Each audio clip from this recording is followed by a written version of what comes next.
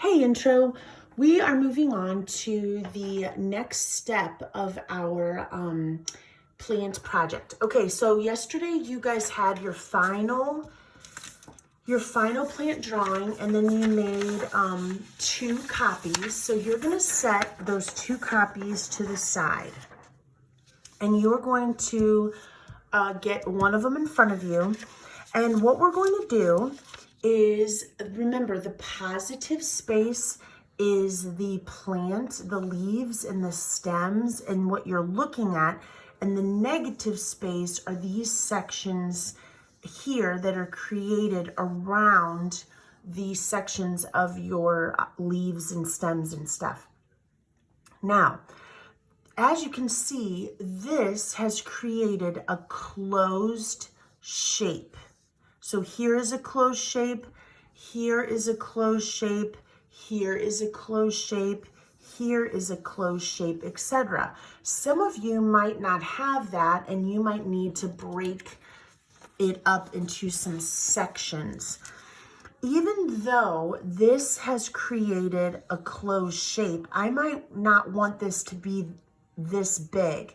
So I might break this up into kind of like a little bit of a patchwork, a patchwork of some sort. So if you guys have sections that are a little bit too big, like maybe I'd like to close that up there, you can go ahead and do that. So that'd be fine. Some of you definitely need to do that, and some of you can get away with not having to because you don't have very large open shapes. Okay, so after you've done that, we're gonna think about our zentangles that we made. With our zentangles, we had multiple kinds of lines. We had straight lines, we had horizontal lines, we had zigzag lines, we had broken lines, we had wavy lines, we had spirally lines. And so we are going to keep that in our mind as we work on our zentangle patterns. So in this, you're just going to go ahead and start. So in this shape here, I'm going to create a zentangle pattern. So I am going to do it very carefully because you're getting graded on your craftsmanship. So let's not make this look like you're in a rush or that you don't care. So please take your time. And I'm going to do some lines that look like this. And I'm going to go all the way up from edge to edge. Okay. And I can't go here, but this is continuing. So I'm going to go like this and this and this, and I'm going to go all the way until it would, as if this is a design underneath this piece of paper, and this happened to be open up, and you're just seeing exactly what's underneath there. Now I would like this to now go this way. And I'm going to fill this in. Now, I'm going to make sure that I get into all my little corners, because what you're doing, the idea is you're doing the design so perfectly inside that it is creating the edges of your plant. So instead of the drawing of the plant showing up, the design is actually showing the edge of this because my design is so well done. Now, some of you really liked the zentangle pattern that kind of looked like a checkerboard. So I'm going to use a bigger marker to fill that in. If you guys don't have that, that's fine. You just get what you kind of have. And I'm gonna start to fill this in like this. Now, just for the sake of time, I'm not going to obviously do this whole thing in front of you, but the idea is this pattern has a nice balance of black and white, and it's kind of heavy. So with that being said, with something over here, this is more of a geometric shape. It's very,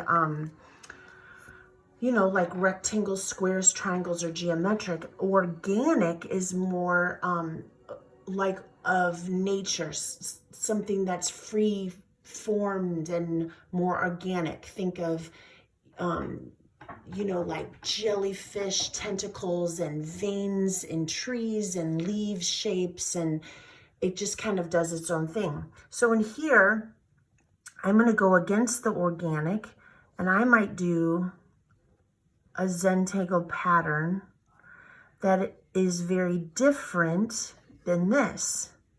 So here's a spiral line.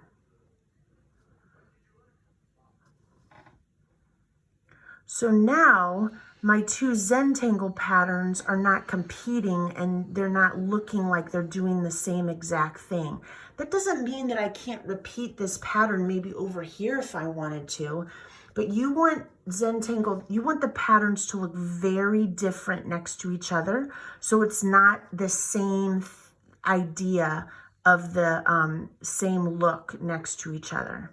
Okay, so this is not tight enough here. It's not revealing this edge. So I'm going to make it look like these little spirals are kind of going here. And now it kind of pops out a little bit more.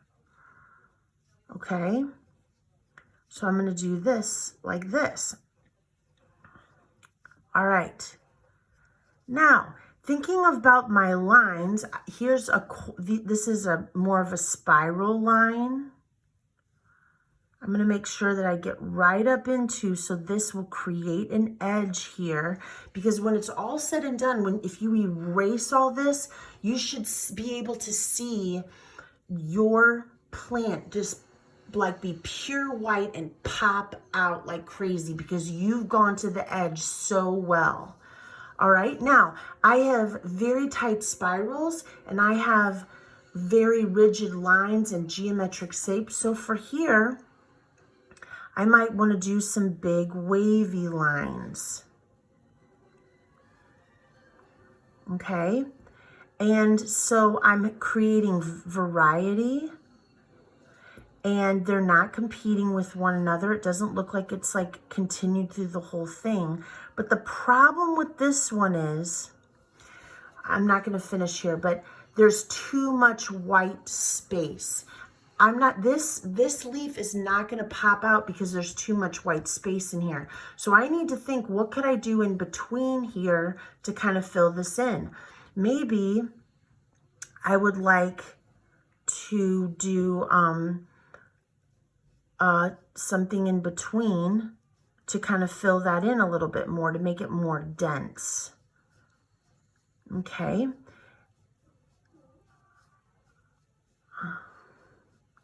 So that will fill it in even more. But I might need to do a little bit more. So pretend I finished that. Maybe I need to think about doing something that is angled.